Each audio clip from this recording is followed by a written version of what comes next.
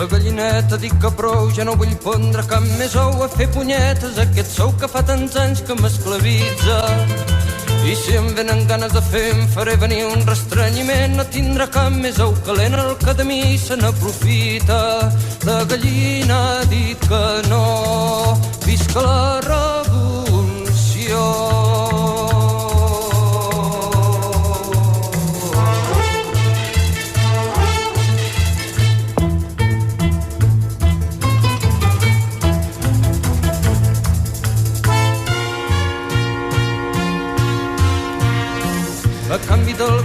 38 minutos pasan de las 7 en estos momentos. Este espacio me parece, Marcelo, buenas noches. ¿Cómo andas? Buenas noches. Cada vez se está convirtiendo más en un espacio donde la columna es una excusa para pasar música. Déjame que te lo diga. Y la gente lo toma con mucho agrado, ¿no? Tenés tu público ahí que está atento a la canción que viene, al contexto que le pone la canción a la columna, así que adelante. Bueno, esto que escuchamos recién, un pedacito, es de Lluís Llach. Es un catalán tremendo artista que arrancó más o menos en la misma época de Serrat, en aquel grupo de gente que los Setze Jutges, que es por un trabalenguas catalán. Que fines de los 60, principios de los 70, sí, por ahí. Fines de 60. Mitad de los 60. Y él siguió cantando siempre en catalán, a diferencia de Serrat, que además viene de un hogar bilingüe, entonces es otra situación. Pero no me quiero meter en hablar de esto porque no nos va a dar tiempo después para hablar de lo otro, pero... De lo otro que es lo importante en realidad. Yo creo que se puede... Es difícil decir que uno es mejor que el otro, ¿no? En algunas cosas es mejor sin duda. No tuvo la fama del otro. No, internacional. Cosas, claro, por cosas porque canta en un idioma que no... En América Latina nos resulta difícil. Pero tremenda música. Ahora que está de moda, la Odisea tiene un disco que se llama Viaje a Itaca, que es espectacular. Bien, hecha la recomendación. ¿Y la canción? ¿Qué ambienta? Se llama La Gallinita.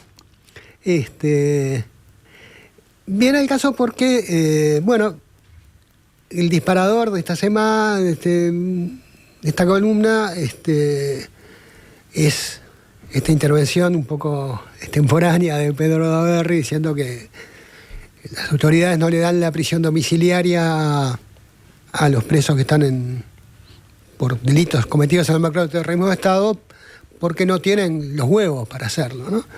Y esta canción habla de una gallinita que, a pesar de ser hembra, no ser de ejemplar macho, y además ser un animal asociado normalmente con la cobardía, no con la valentía, hace una huelga revolucionaria, decide no poner más huevos.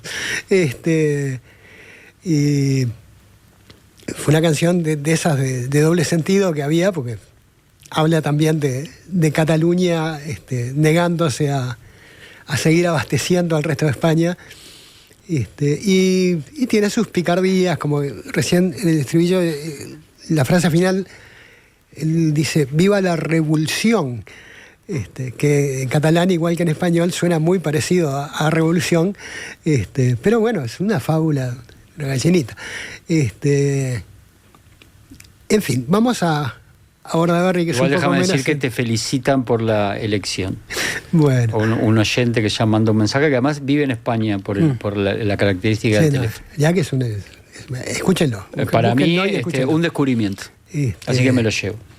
Bueno, nos metemos. Bueno, la columna se llama Alegato avícola por la impunidad. Estábamos viendo, para aquellos que estaban mirando la transmisión en YouTube, por supuesto tiene como siempre una genial caricatura de Federico Murro que muestra a Bordaberry, es una caricatura de Bordaberry, por supuesto, y además es un tema, o por lo menos donde sale el tema, ya estuvimos hablando de la justicia en debate, estos encuentros o esta especie de foros que organiza el senador colorado Gustavo Subía, que tienen que ver, recibe a legisladores que hacen su ponencia o a personalidades que hacen su ponencia, y dentro del público hay familiares de militares, por ejemplo, entre otras personas que participan de esta serie de ponencias o de encuentros. Y bueno, cuestionar, está en el sentido de estos encuentros, cuestionar los procesamientos por los delitos de terrorismo de Estado, ¿no? Sí, en el fondo. Que Subía en realidad lo engancha con su otra vieja obsesión, que es contra la reforma del Código Penal, claro, del Código de Proceso Penal. Código de Proceso Penal, y el papel que ha tomado Fiscalía y demás. Pero bueno, junta las dos cosas, en las dos tiene afinidades históricas, digamos, y bueno, va trayendo gente cada tanto, se hace una reunión de estas. En esta, la persona con más relevancia política era Pedro Daverri, y los demás, con todo respeto, estaba Gerardo Sotelo, estaba Guillermo Domenech, y estaba el ex diputado Lust. Eduardo Luz. Son figuras, digamos, de menor peso político que Pedro Daverri, que sí, tiene media conducción y a veces un poco más de la mitad del Partido Colorado. Claro.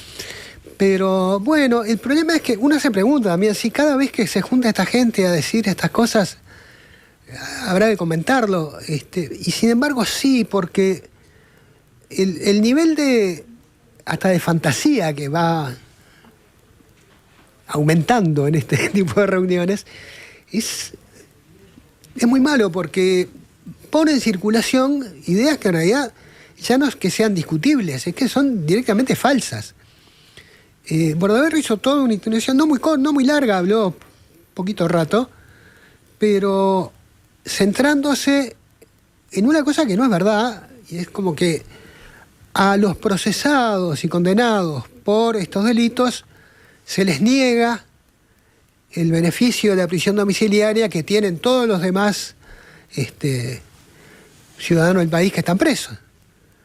Cosa que no es verdad. La mitad de los procesados por estos delitos está en prisión domiciliaria. Él dice además, yo sé cómo es esto porque a mí me tocó, todos saben, por mi padre, no sé qué, no lo dijo mi padre, todo el mundo sabía que le había tocado de qué estaba hablando, pero...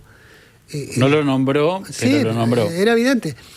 Pero el padre de Pedro Daverri, Juan María Bordaberry,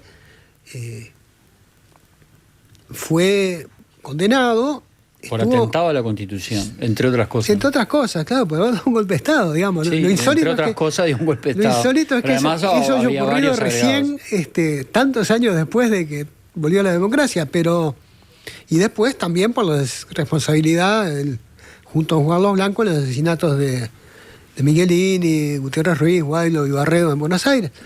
Y siguen datos, porque bueno, fue responsable de muchas cosas, porque él estaba ahí en la presidencia de la República. Pero él estuvo muy poquitos meses. Lo procesan a fin de año y ya en enero le dan la prisión domiciliaria.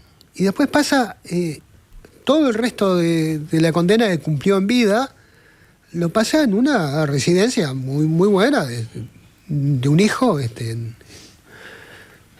Montevideo, donde estaba muy bien atendido. O sea, no es que nadie le negó el beneficio de prisión domiciliaria a Bordaberry, ni se lo han negado a las demás personas, a estas personas privadas de libertad de las que habla Bordaberry. Entonces, no se entiende muy bien a Santos de qué estaba hablando, porque también pone unos ejemplos muy extraños. Dice, porque acá esto es una conducta sistemática de 2005. Dice, de 2005, cuando el Frente Amplio empezó a tener el gobierno nacional y mayoría parlamentaria.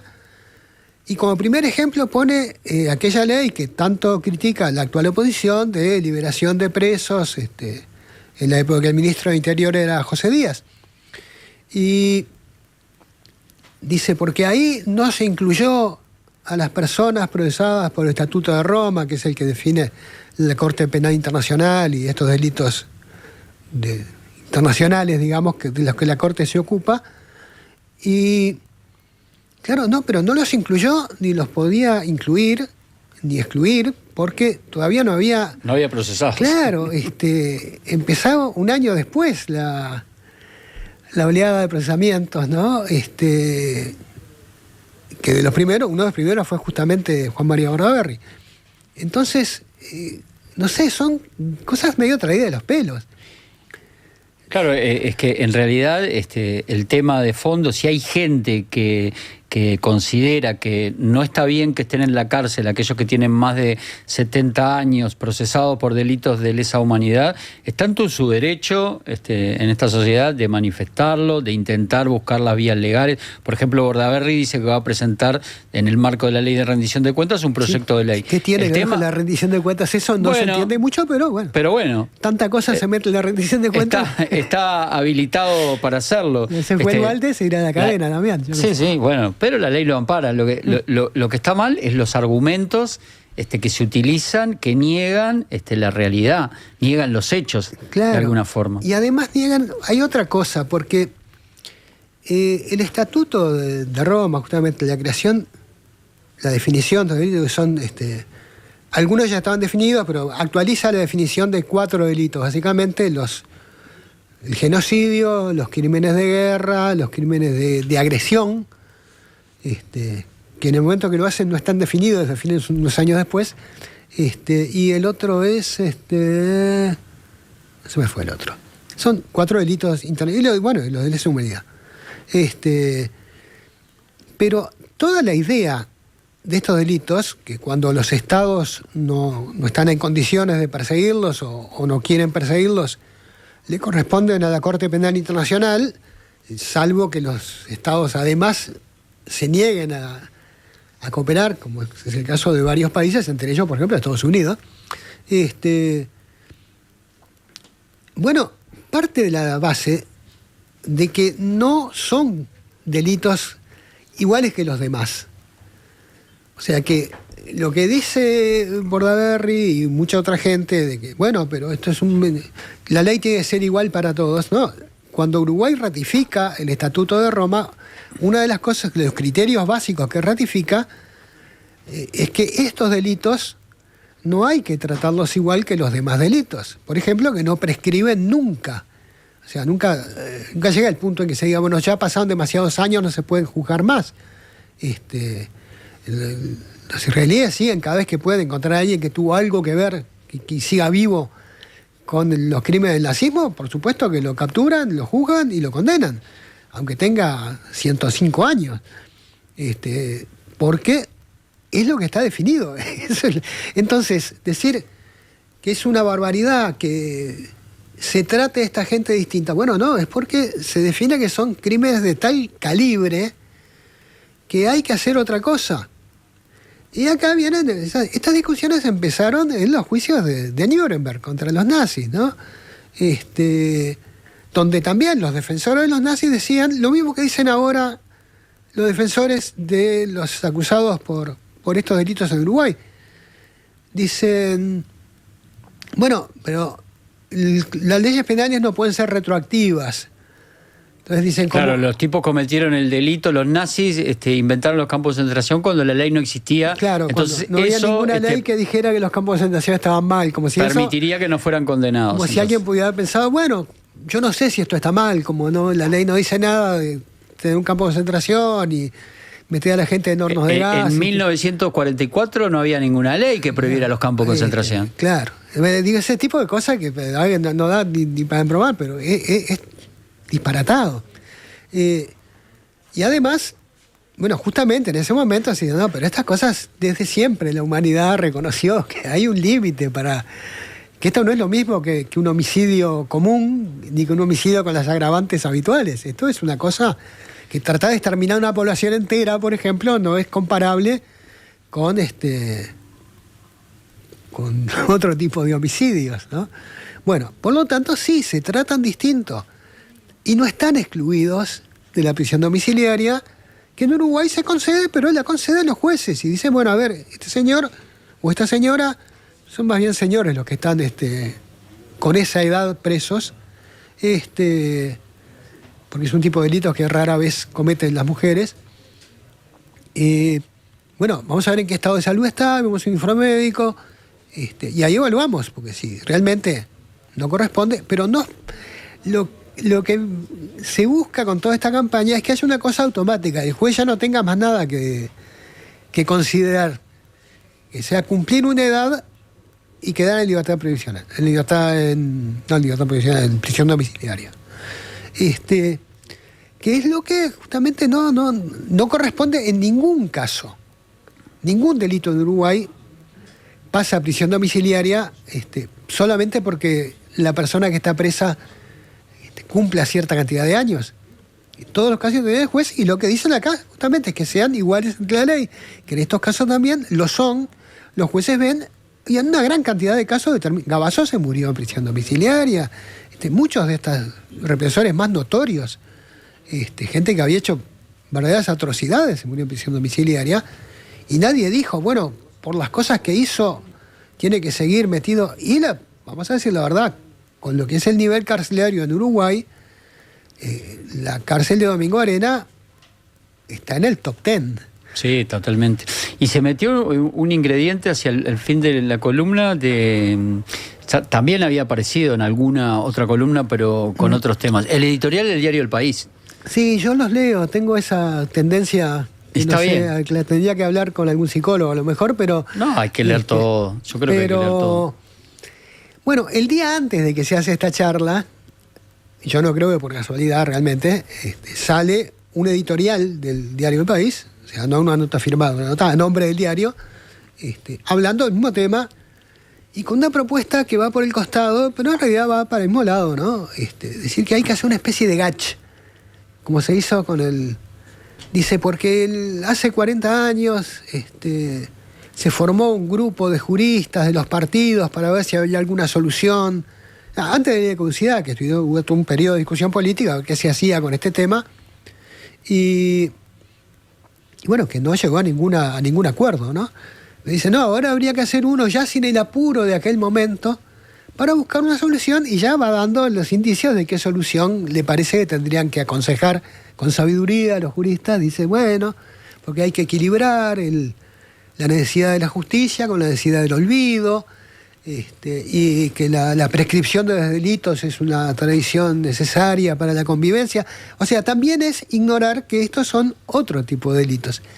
Y también es ignorar incluso, ¿verdad, Berry? Volvamos, que los delitos que están definidos en el Estatuto de Roma no son, por lo general, los delitos por los cuales se condenó a nadie acá. Porque como está toda esta discusión de si corresponde o no corresponde juzgar a una persona por un delito que no estaba tipificado cuando lo cometió en Uruguay, porque Uruguay ratificó el Estatuto de Roma, el Estatuto de Roma se aprobó después de que terminó la dictadura uruguaya, y Uruguay lo ratificó un poco después. Entonces, en general, lo que hacen los fiscales, lo que hace sobre todo el fiscal especializado en esto, que es Ricardo Parcivale, es decir, bueno, vamos a plantear, generalmente son privación de libertad, abusos, otro tipo de tipos, valga la redundancia, de tipificaciones penales, que sí estaban vigentes en aquel momento, para que no haya lugar a que con este tipo de chicana se demoren todavía más, porque en todos estos juicios hay un repertorio sistemático de recursos que se presenta. Bueno, no les demos entonces en realidad condenados por delito de lesa humanidad en Uruguay, por el delito de Roma, no es que haya. Están condenados por responsabilidades en homicidios, en torturas. Usando el poder del Estado. Claro. Además, ese es el tema central, ¿no? Y lo que los diferencia de delincuentes comunes también. Entonces, yo digo, realmente, primero, la noción de que esto es un problema que al país le urge solucionarlo, es una noción que yo creo que, bueno, pueden tener legítimamente algunas personas, y por supuesto los familiares, amigos y gente afín políticamente a lo que hicieron las personas que están en Domingo Arena o en sus casas condenadas por estos delitos. Pero yo no sé en qué nivel de opinión pública, qué prioridad puede tener la opinión pública en la situación actual de Uruguay. Decir, no, lo que tiene que hacer el sistema político antes que nada es ocuparse de que estos pobres viejitos se vayan para sus casas. Porque además hay una cosa simbólica en esto, que hay que repetirla, porque no es no es un problema de venganza, es un problema de decir, bueno, realmente es una parte del nunca más. Es decir, si el que haga algo como esto, tome el poder, lo utilice para torturar, asesinar, robar, porque también se robó mucho en dictadura y nadie fue preso por eso, bueno, va a ser penado con severidad. Es una señal, para decir, esto no se te ocurra hacerlo, mirá que se te podrán aplicar cosas como las que le pasaron a Juan María Bordaberry, que en un fallo muy insólito dijeron, bueno, este delito ya prescribió, el de dar el golpe de Estado. En algún momento la justicia, alguna jueza dijo, bueno, la jueza Fanny Canés. Este delito ya prescribió. Bueno, prescribió porque en dictadura no se podía juzgar. Entonces, si uno dice, bueno, claro, si das un golpe de Estado y conseguís que la dictadura sea lo suficientemente larga, quedás limpio. Es una cosa medio disparatada también, ¿no? Sí, del 73, que fue hasta el 85 que se recuperó la democracia. Bien, Marcelo, vos sabés que te llegaron varios mensajes sobre el cantante. Mirá. Uno te pide que repitas el nombre, repetilo, porque a vos te sale muy bien el catalán, no así a mí. Es Lluís Llach. Se escribe Llach, con doble L las dos veces, o sea, Lluís con doble L y L-A-C-H. Bien, igual te voy a mandar acá por mensaje a este oyente que no firma, te voy a copiar el nombre acá y te voy a mandar el mensaje. Y este otro de un oyente que dice Lluís Llach, hacía pila que no lo escuchaba, él cantaba La Estaca, ¿no? Claro, bueno, él cantaba La Estaca, que es una canción que, bueno, él no solo en Cataluña fue muy famosísimo, ¿no? Ahora está retirado de la música, ha sido diputado, es un tipo bastante más radical en muchos sentidos, ¿no? Artísticamente también. Pero La Estaca, que es una canción también, otra metáfora de la lucha contra la dictadura, que decía, bueno, si vos tirás un poco por este lado y yo tiro un poco por el otro, esa estaca que está clavada se va a caer, ¿no? Fue, entre otras cosas, tomada como himno por el sindicato Solidaridad de Polonia. Imagínate cómo son. Lech Walesa. Sí. Mirá vos. Bueno, Marcelo, nos encontramos el martes que viene, ¿te parece? No sé si nos encontramos el martes. ¿No? Hay actividades. Porque yo el martes estoy en la presentación de un libro y no sé si llego. ¿Podés contar martes. ¿Qué libro? Es un libro de Enrique Rubio que resume un poco varios libros anteriores y agrega otras cosas, que se va a presentar el martes 4 ahí en el Centro Cultural de España. Bien, lo conversamos entonces. Quizás no esté Marcelo entonces el martes, quizás pueda estar el miércoles. Lo negociaremos. Quizá hablando de ese libro, no sé. Quién sabe. Fuera del aire lo conversamos.